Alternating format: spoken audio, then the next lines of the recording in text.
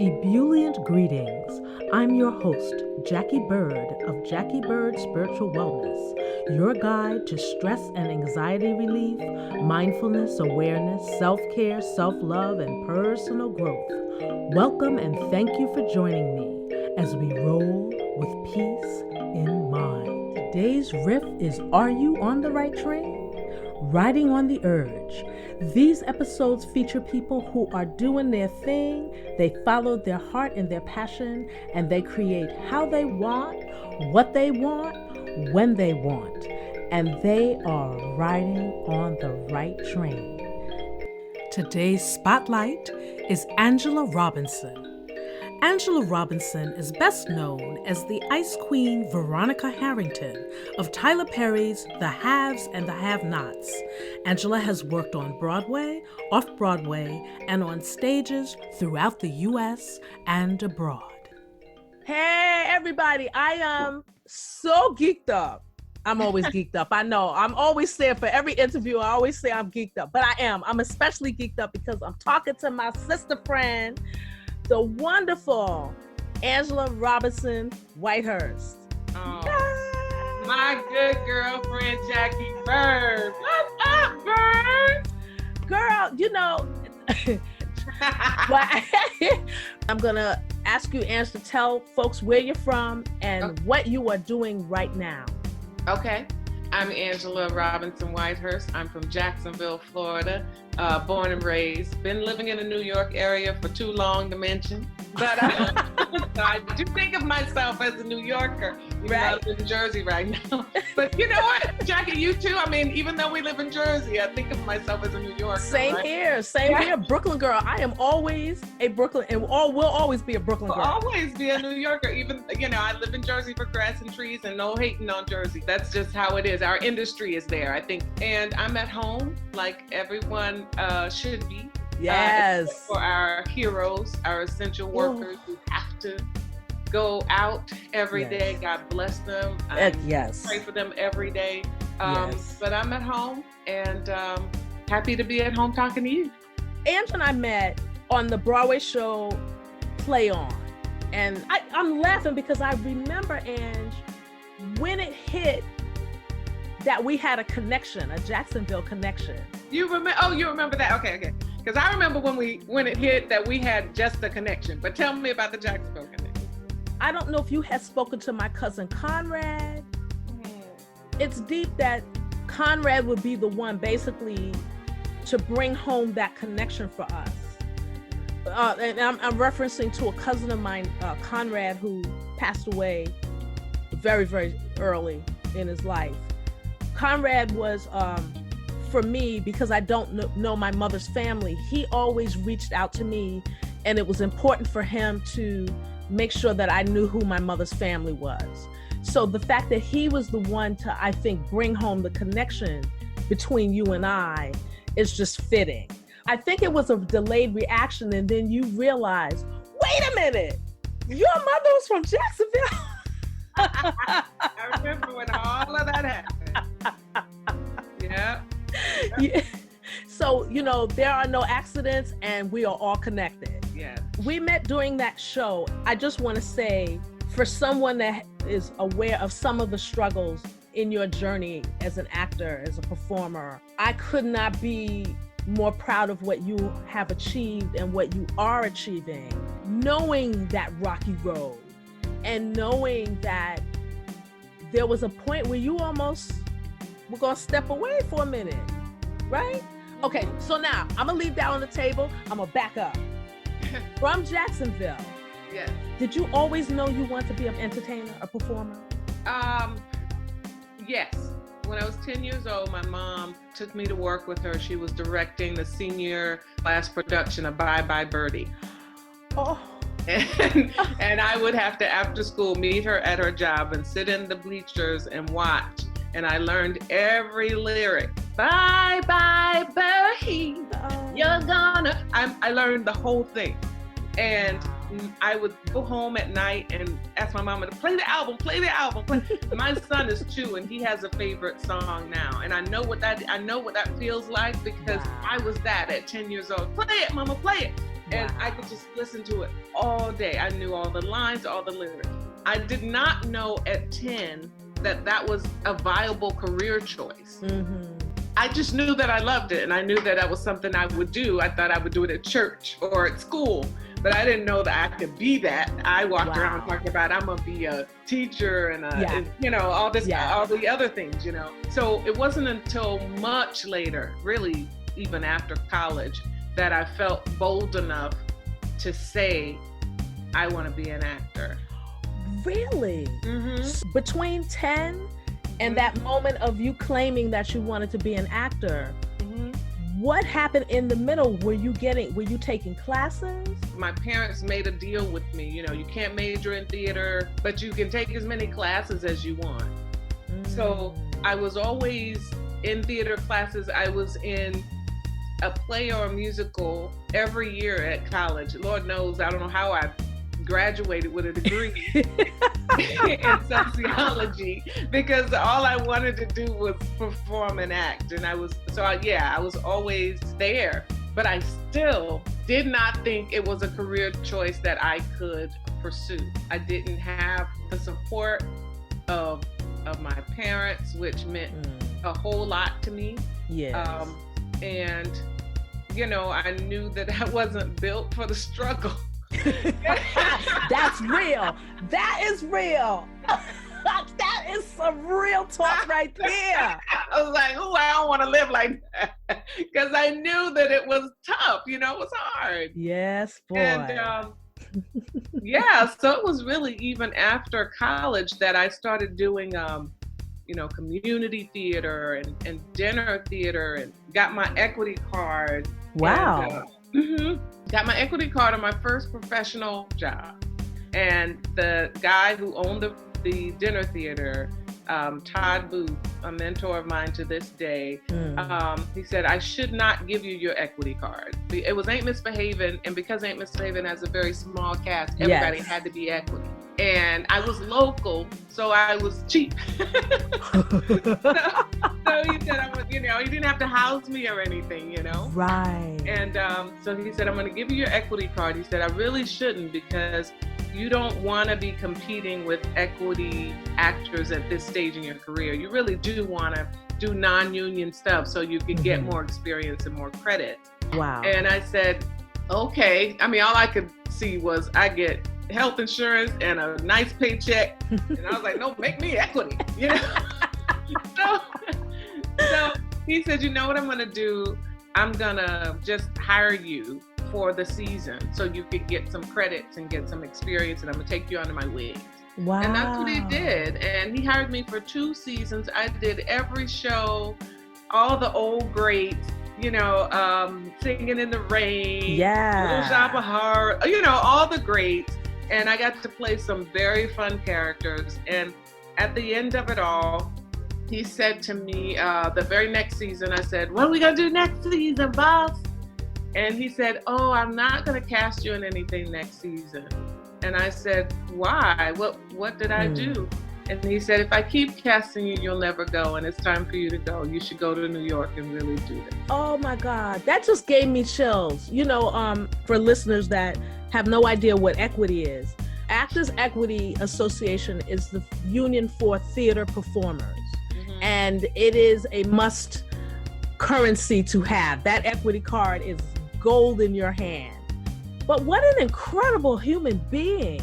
Oh my goodness. He's still one that I cherish and adore, because when everyone else was saying it's a pipe dream, you don't need to do. I also was, at the time, I had gotten a job a long time ago. It used to be very big, the Barbizon Modeling School. Oh yes. And I was teaching there, and then I'd gotten very high up in the company. And so it was for my parents and my family to leave that job. Right. That good job, Right. That good job to go to New York just in pursuit of a dream was didn't make sense. I was raised by practical parents, and I think I've been a dreamer my whole life. Wow. So I didn't really have that push to go. I was going to make it work. I was going to perform at night and do my good job, during the day. But then I read a book called In Pursuit of Purpose. And it was by the late Miles Monroe. He's a very famous pastor from the Bahamas. He's passed away. But I read that book and it just all clicked that, this isn't just something I like. This is the reason why it's bubbling so heavy in me, is that I'm purposed to do it. Yeah. I'm supposed to do it. And it doesn't really, it has a lot to do with being an artist, but it has to do with sort of the group of people I was built to serve. If that makes sense. Girl, that makes more sense than anything. That because I think people, well, I shouldn't say I think, I know that people get hung up on what's considered a dream and what's considered practical. And you get squeezed in that and you end up being miserable. Because you are not following that thing that's bubbling up within your being that must come out. And you have to trust, because the thing about it is, here you had this desire, but you didn't have the support. You didn't have you didn't have the team. You had the desire. Here comes somebody into your life, and it's never by chance, y'all. Somebody comes into your life that recognizes everything in you. Sees the potential. See, that's what makes a teacher a fierce teacher. You see the student where they are, you see them where you can take them, and you see them where they're going to be all at once. As you're looking at that person, you see all of their trajectory within that face. And so here comes somebody to recognize that in you. But he did you even better. What's that saying? You can give somebody fish, but it's better to teach them how to fish. That's what he did. He did. He gave you some fish, but then he taught you how to fish, which is how you make your way. And so if you are out there, folks, especially now while you on lockdown, and you got a dream, don't allow anyone to tell you what's within you. There is no way they can tell you what's within you. They're not you. They're not you. So you have to trust that whatever this thing is, and I love that analogy, Ange, of it bubbling up. You have to trust that there are people that are going to see you. They're going to see that light around you, and they're going to go, you, come here. Here's some information. Here's a job. Go talk to so-and-so. You will get what you need. But you gotta be true to you. Oh, that's good stuff. It's true. It's true. It's just, and I mean, I've as your friend, I've watched you be true to you. I pray so, because I mean, the years of not being, it's wasted time. And now, of course, we grow from it, and we learn a lot from it. But I just want to keep people from that part. I'm just like, the more, because he loved me that way, and I don't even think he would think of it as love. He was just, he probably, when I talked to him, he doesn't even remember doing it. He was just being a good person. You know what I mean? But that's what I try to be to people. I try to see them and encourage them in their dream. And the one thing I always remind myself is, I do not have to understand it. Because if I understood it, then, if it's been done a lot, they tried to explain it to you. It's unexplainable. That's right. So all you have to do is just, when someone says, I got this idea, something, I do it. Just do it. I'm standing with you. I support you. If you want to explain it to me, I'll listen. I'll try to understand, but you don't even have to explain it to me. If it's bubbling up in you, then it needs to be brought to the world. The world needs it. Absolutely. All right. You come to New York. You're working, and it's funny because I remember Barbizon. Y'all, I know y'all are like, Barbizon. I know. We giving it away now. Honey, we giving it away. We're a little bit older than 20. Just a little bit. Just Just a little bit. That's a little bit, just a little bit. Barbizon was basically a finishing school. It was a modeling school, and a lot of women went there to work on, even if they weren't going to become models. It gave you, it was kind of like going to Motown when the Supremes and all of them were doing their thing. Yeah. It was a finishing school. It showed you how to present yourself to the world. Yes. Yep. Okay, so you come to New York, and did you work at a Barbizon here? That was my first job. Oh, okay. When I got here, I thought, I'm going to get on at Barbizon in New York, and that'll be my job. And I did it for, I would say a couple of months. But what I realized was my old life was irrelevant here. Like I was pursuing my artistry here. I wasn't trying to do one job and another job.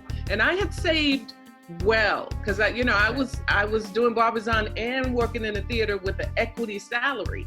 So I had saved well before moving here. And so I did Barbizon for a couple of months, and I realized I got to give this thing all I got. I got to give it all I got. And so I left Barbizon alone. So that was a part of my old life, and this is my new life. And even if I have to wait tables, at least that won't consume me. It won't be something that'll try to draw me. Yeah, I didn't do it very long here. Wow. So 2 things. A, you got to learn when to let go and recognize that something no longer serves you. And what you said in terms of being drawn back in, because they were moving you up, right? Along the Barbizon was promoting you. Yeah.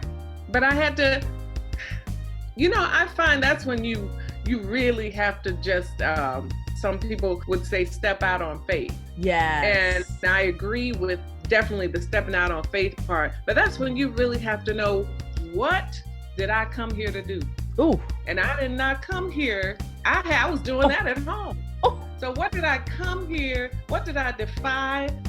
Everybody that knew me, who said, I don't know if you should. What did I come here by myself?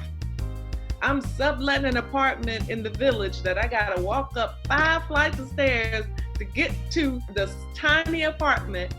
I don't know but 2 people here, the man I'm now married to,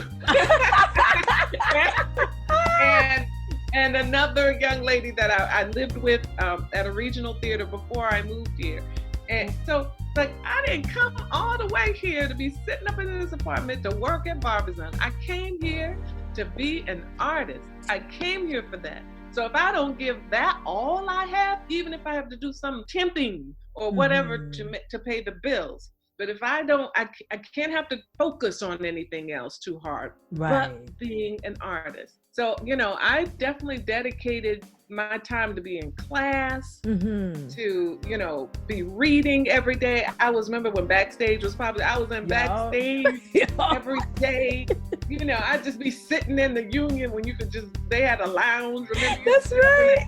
I'd just be sitting up in there looking at people go, that's going to be me. Wow. Open calls all the time.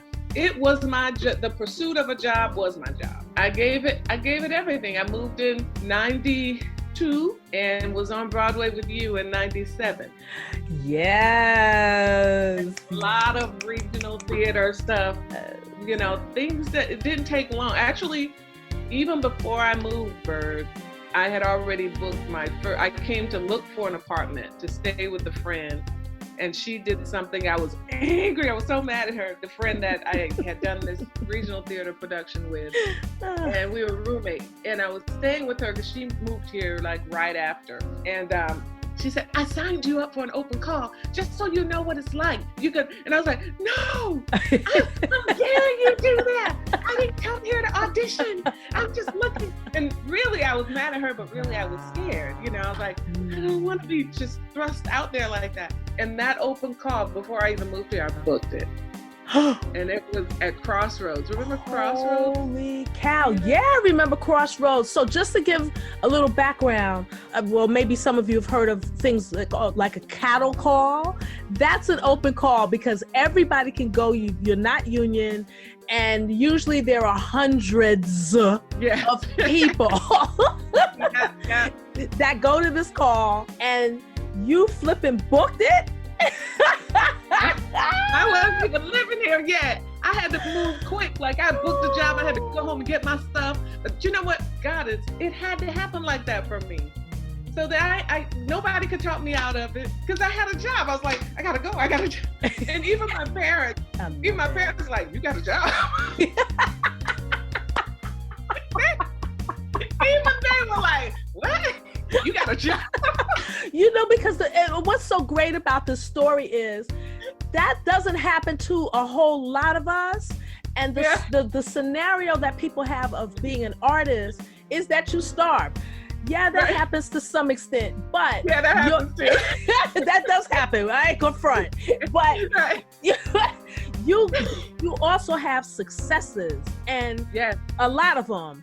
If you keep to your intention and your purpose, you end up writing out all of that stuff. You know, but like you said, in terms of the way it played out. You were thrust. It was like, okay, you've been dreaming about this. Bam. Question though, did you ever work with, you said you got a degree in sociology? Did you ever use that degree? Every day. I got what she's saying about that. And that's real talk too. I use it every day, but no, I never worked in the field, no. That is real talk though, all the time. I love that. Yes. Yes and no. You weren't hired as one, but you've used those tools. Definitely. Even in my acting work, having that time to study people and how we're socialized and how we interact in our society, it's what we do as actors. You know, so it's really helped. And I kind of knew that when I chose it, because I was just like, what can I major in that's kind of gonna be, you know. Okay, I love that. I love that. It's been a blessing. So I know you probably wouldn't claim this, but I'm gonna put it on you. Angela's what we call in the industry a triple threat. And see, I knew she was gonna react like that. She falling back, but not. I'm gonna put it on her. I'm gonna explain what a triple threat is. Triple threat is a singer, dancer, actress. Okay. You are the triple threat, my friend. Oh, honey. You are the triple threat. I have spent the better part of our friendship trying to convince you of that, but you are the triple threat. Okay, I have to give a side note on that one, okay? When I decided to step out of the industry, if you could have seen how this woman looked at me in my house, when I handed her, I had all these stacks of sheet music that I gave her, and if you could have, you would have beat me into the ground.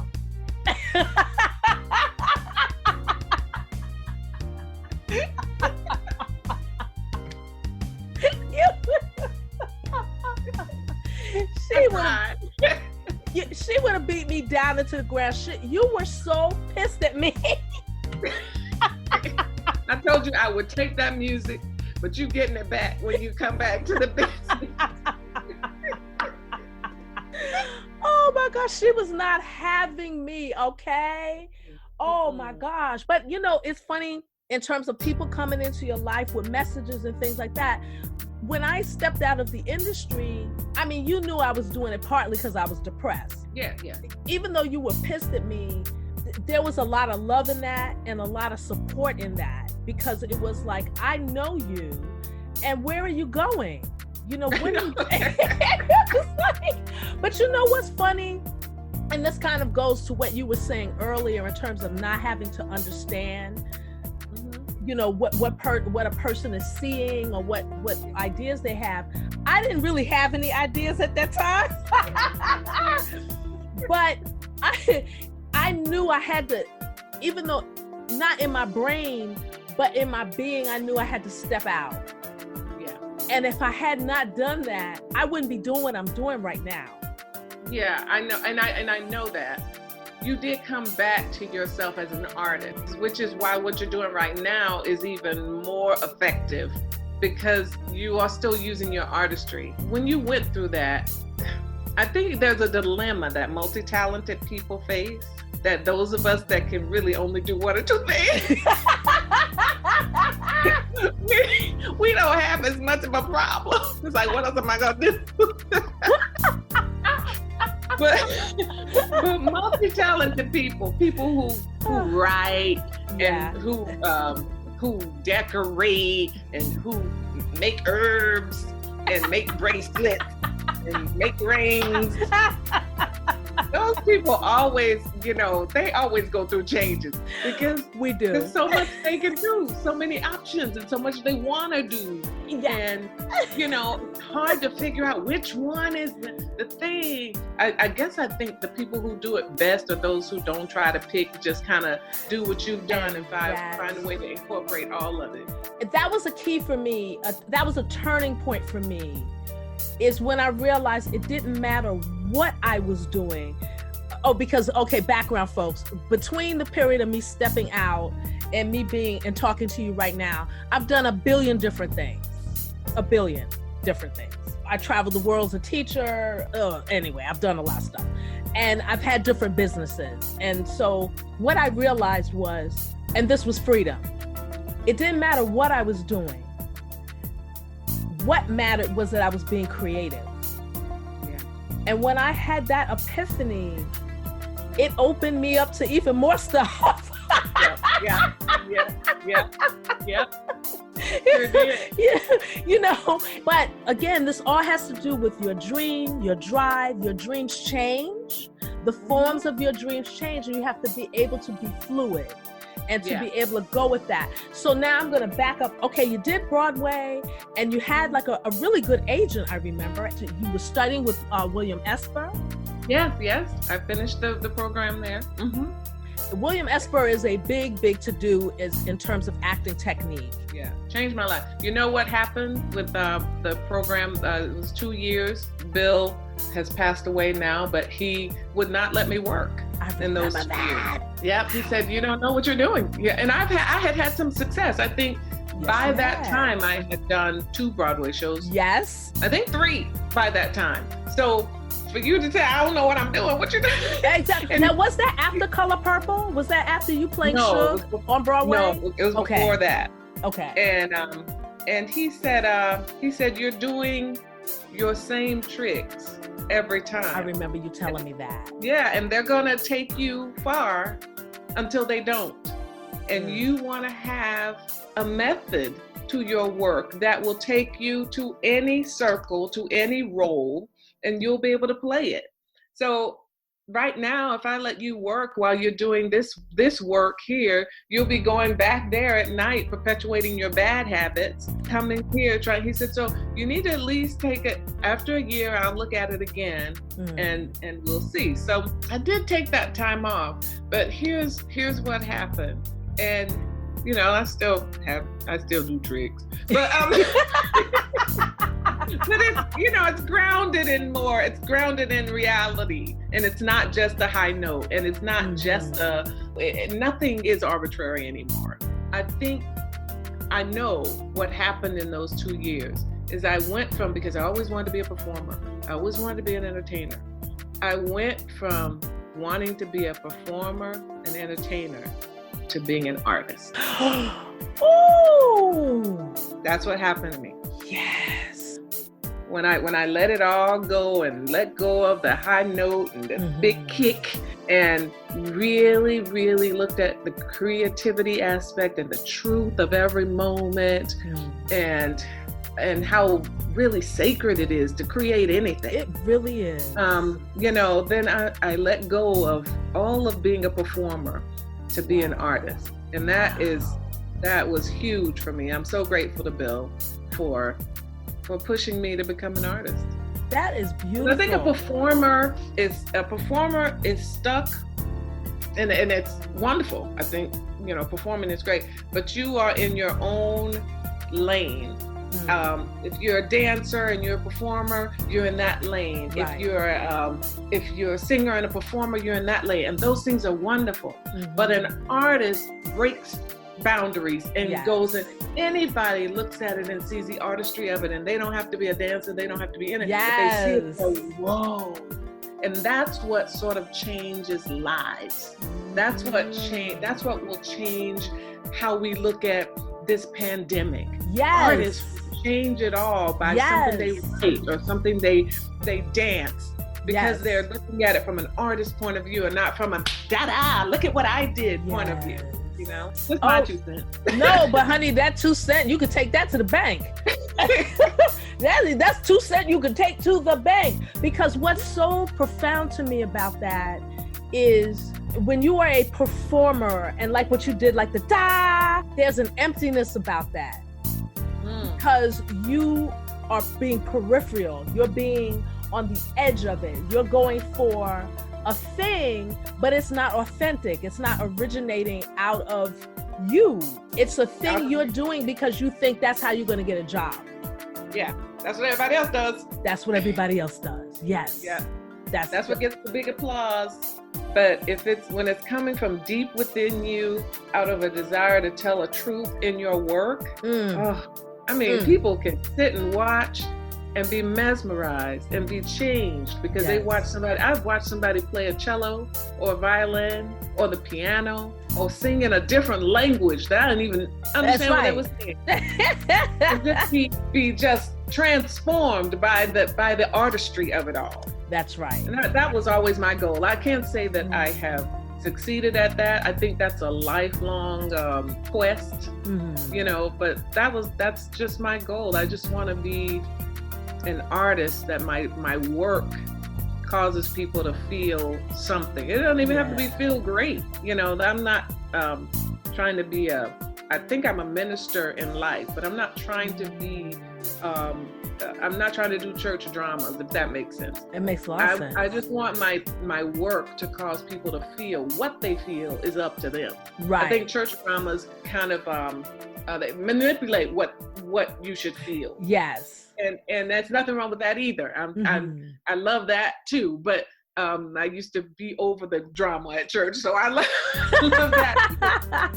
But in terms of art, you don't want to manipulate anything. You just want to bring truth to your work, and hopefully people will get mad, or they'll be happy, or it'll make them cry. Doesn't really matter. I'm not here to manipulate what you feel. Right. I just hope that you do feel. And the fact that you want to inspire people to feel through your art is a very sacred, holy thing, because it's about spirit. And, I think it's amazing how you were able to talk about that time with William Esper in hindsight. I didn't think I could do that. I mean, but also because I didn't major in theater. I didn't go to, even though I was in plays all the time, I didn't go to conservatory. It was a magical time in my life. I hosted at a restaurant to make money, and I hung out with all the students from the class, and we just worked on our scene. It was a magical time that I spent 2 years just being an actor. Just and oh my goodness, it was just, I'm gonna meet up with my partner and we're gonna do this reading of a new play. And it was like college, although I was old at that time. Wow. It was like I was given this gift of doing it again, doing college again, and really studying. And I never, when I worked with you, I'm just going to slide back just for a second. I spent that whole time, and the reason why I connected with you so well is one of them, many reasons. You just are one of the most inspiring people that I know. One of the reasons is I was scared the whole time. So scared. Now, if you remember, I was understudying 3 characters. Yes. This was my first Broadway show. Yes. and I was like, how am I understudying 3 leads? And oh my God, what if I mess up? What if, I would go home and just work it and read it and sing it. And I was scared because I didn't have that experience of being in conservatory and doing shows over and over and over and over. So, it was all still rather new to me. Okay. And you didn't see my fear. I sure didn't. You did. I think because you've always been, your intuition has always been really strong. Okay. You took care of me like you did. Oh. and you were always just, how you doing? Oh, how was rehearsal? You got to go on, but you're going to be great. I know you're going to be great. And when I would come back to the dressing room after having gone on, because we closed very early, so I only went on, I think, like twice or three times or something like that. But, when you go on for the audience, you get to be in the lead actor's dressing room for that time that you're on. And then when it's over, you go back to the chorus dressing room. With the rest of us. With your sisters. And when I would come back, you always had positive things to say and encouragement. And Jacquie, it just meant so much to me. So even though you may not have known I was scared, I think your angel Jacquie did. Wow. And so in many ways you were, because I was sat next to you, if you remember. Yeah, I do. So yeah, you were just that smiling face. And as artists, we tend to, everybody was wonderful. But I think when we're focused and we're putting together a new show, anybody got time to be encouraging? True. True. Everybody's trying to get their part. True. But you and my dear friend, rest in peace, Lawrence Hamilton, were those two people, who just really were always encouraging. Even Tanya Pinkins, so encouraging and loving. And I'll just never forget that experience, because I was a scared little girl trying not to let nobody see it. Well, I think you did a good job of that. Didn't somebody say to you, "You're never going on"? That happened at another show. When I was doing the Wiz of Oz, I was understudying Eartha Kitt. And Eartha Kitt said it was the national tour of the Wizard of Oz. And we were here doing the Madison Square Garden.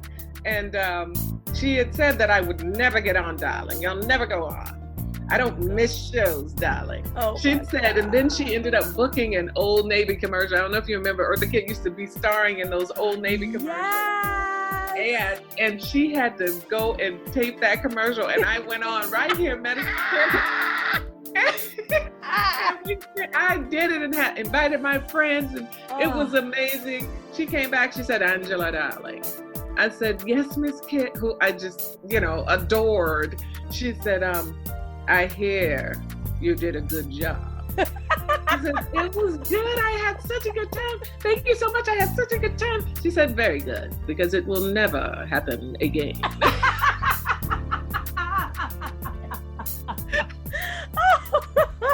Yeah. Oh my God, what a great story. Oh my gosh. So she was, I met her. I remember that was, we're talking about the great Eartha Kitt. So I'm going to fast forward. Okay. Because I could talk to you for hours. I'm going to fast forward. I know, my baby waking up in about 10 minutes. Okay. We're gonna wrap this. We're going to bring it around. But this is an important point that I want to tap. Okay, so she's done Broadway. You were understudy to Eartha Kitt. You got to go on in New York. And you're doing tours. And you're doing all this stuff. And then bam, there was a wall. Nothing. Yeah. I had a really pretty storied career up until, like I said, I came to visit a friend and booked my first, job. And that same year, I think I booked my first national commercial. I didn't even know what that meant till the checks started coming. I was like, why do you keep sending me checks? That is precious. Everybody wanted to book a national commercial. You could buy a house with a national commercial. Oh my gosh, too funny. And even a side note, my whole career I've always done better when I didn't know.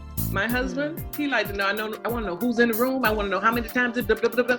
I go, I don't want to know none of that. Just tell me what time to be there, and I will do my work. I've always tended to do better when I'm a little ignorant, but just a little bit. But so years went by, and there were a lot of highs and lows. That's the nature of our business. There are peaks and valleys, and they are hard. They are, especially when you've had a high peak. That valley is tough. It's very hard. I think right after I worked with you, I got really sick, and that was a hard valley, but we came out of that. But the biggest one was I did The Color Purple and did it on Broadway, and ended up getting the national tour after that. And so I did it for altogether 5 years, 2 years on the road, 3 years on Broadway. And when you do a long run of something, you change throughout that run. You change, you get older, you get the person you were, you come out, you come back and you go, oh, that's how they doing it now? You know, you don't even know what the new way of singing is, or what the new, everything changes. The industry changes. You don't know where you fit in. Who am I? Am I the mother now, or the grandmama? Or when I left, I was still the sister, but now I'm the grandma. Things change. And so I came back off the road. I lost my dad during that time. And my mom moved in with us during that time. A lot happened, a lot of changes. Came off the road and couldn't book a job to save my life. Nobody had no room for me. Whatever I was doing, they weren't having it. It was just no, want to see her? No. I couldn't book. I went a year and a half with nothing. Not even a callback, sometimes not even any auditions, nothing. My pastor, we joined a different church, a smaller church. My pastor asked me, I did something for Black History Month, and he said, would you be interested in working for the church as the arts director and sort of bringing us to a different level in the arts at the church? I never thought about doing anything but being an artist. I don't mind waiting some tables and stuff, but a whole nother career, I had never had to give that a thought. I, like you, had figured out a way to hustle and make money. When when we were in the valley, sing wedding bands and, do other things. But to leave and do something completely different, it was scary. I thought, well, what if I can never come back? What if this is the end, of my career? And it was so bad and so slow, and money was so, tight, that I had to take that job. And fortunately, unlike a lot of churches, they were paying well for the job, so it wasn't just, can you donate a little time? It was serious. It was a job. And I took it. And it was also the best 4 years, something like that. And it was the best time too, because I was able to pour into other people and take my attention off myself and pour into other people and their dreams, and why aren't you doing that? And what, a lot of my people that I worked with now are, I call them babies, but they're not. One wanted to be a chef so bad, but she was pursuing something else. Now she's a big time chef, was on the Food Network, and another one is several pursuing acting. So it wasn't time wasted. It was wonderful. But in the midst of all that, in the midst of that slump, I went away to do before the slump. I went away when I did book one thing.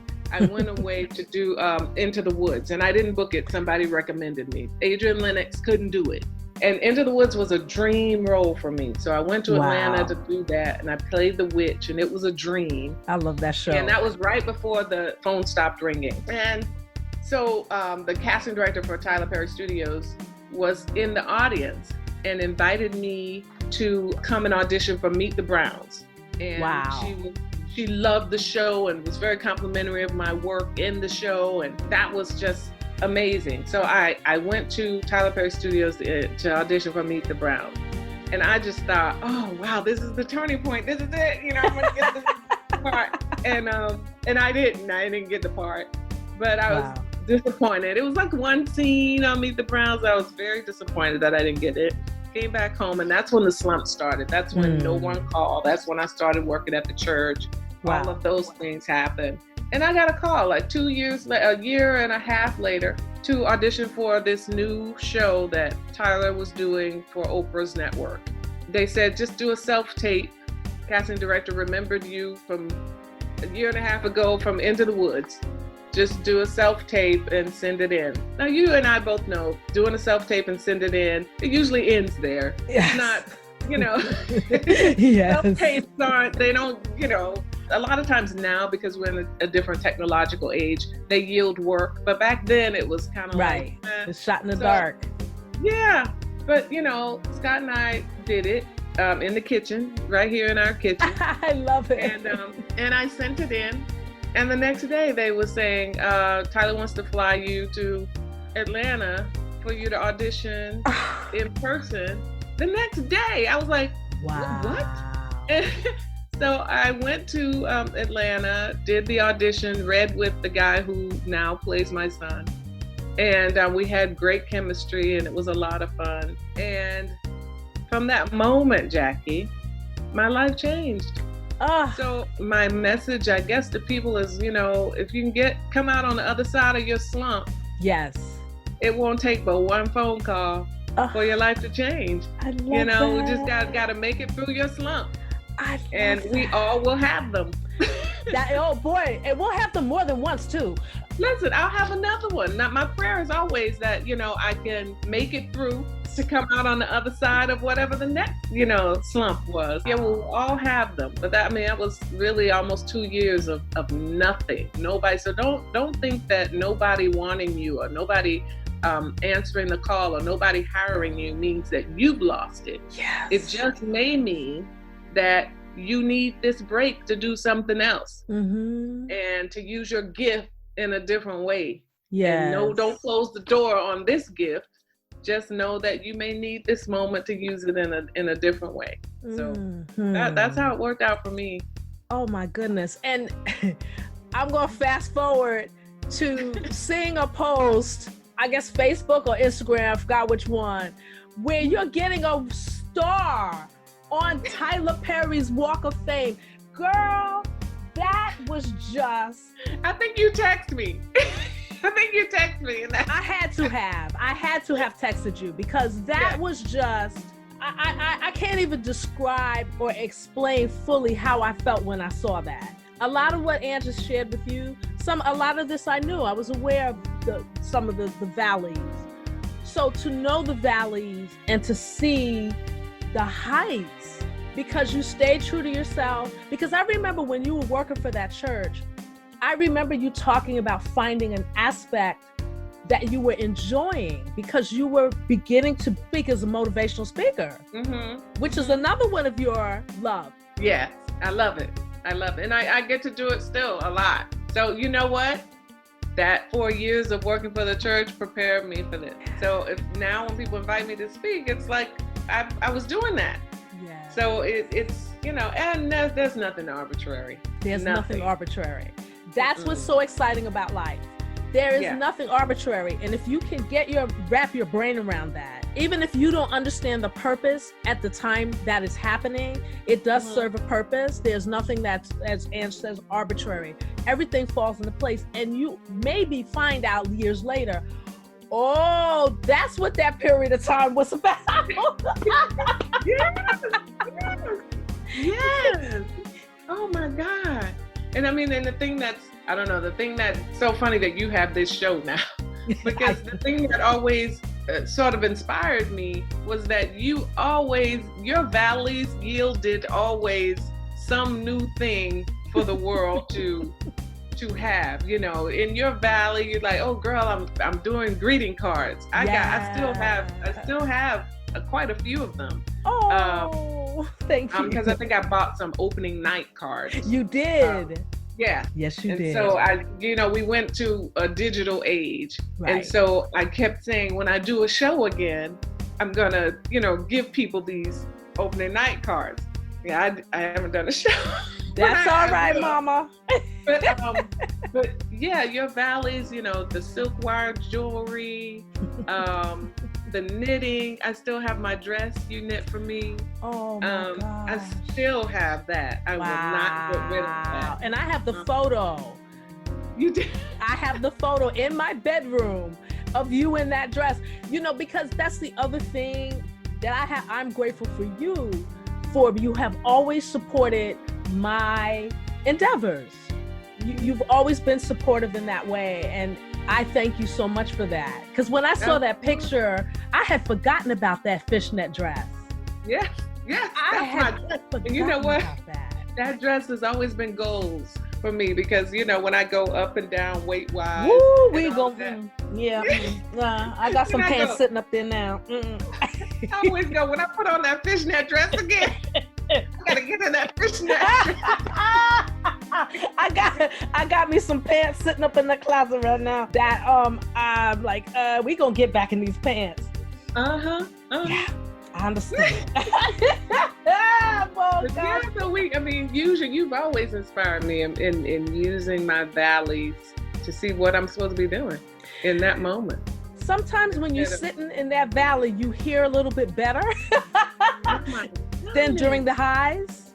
Oh my God, which is what we are in now, this pause, this moment. Yeah. That's why sometimes I get a little, I won't say offended, it's not offended, maybe defensive when I read posts or hear people say, during this time, y'all better be grinding at home. Y'all better be coming up with your next way that you're going to make money when you come.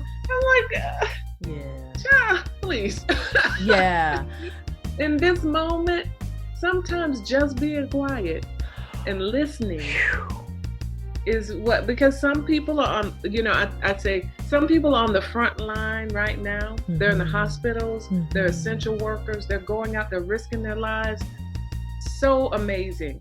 Some people on the front line right now, there'll be a whole nother group of people on the front line when this is over. Yes. And that's the spiritual front line. That's because there's going to be a lot of psychological heartache from this moment. People lost loved ones. People were very ill. People experienced a deep amount of loneliness. Yes. Depression, domestic violence. People in their house getting beat up. Yes. They can't go nowhere. Yes. So much so the frontline worker is going to look different when this is over. So if you don't take this moment to pause and listen to what your voice is going to be, and what you need to be saying, instead of trying to outwork out everybody, and trying to out digital post everybody.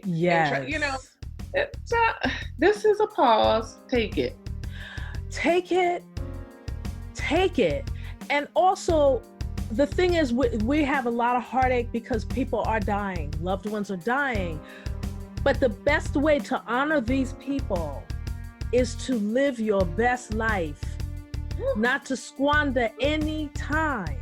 And there's some of us, like this isn't a rest moment for me. I have a 2-year-old. So this isn't, this is a lot of work moment for me. I have a 2-year-old and a 93-year-old. Yeah. So it's the busiest I've ever been, but in a very rewarding way. You don't realize when you're running around all the time what you've missed. Can you say that one more time?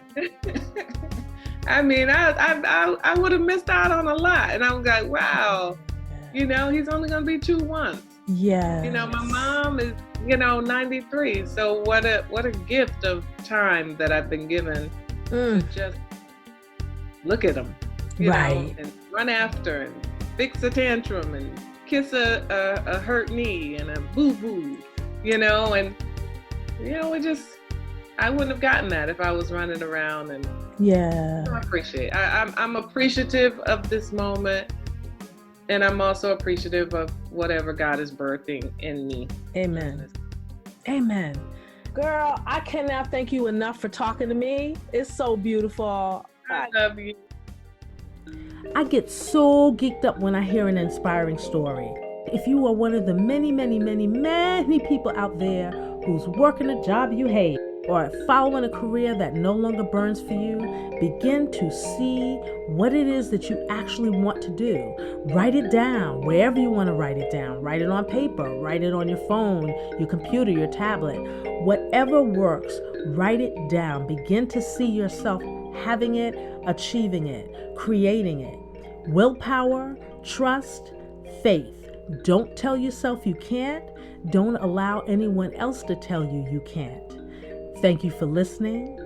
If you want to find out more information about my guest, just look at the show notes. All of the links are there. And remember to roll with peace in mind.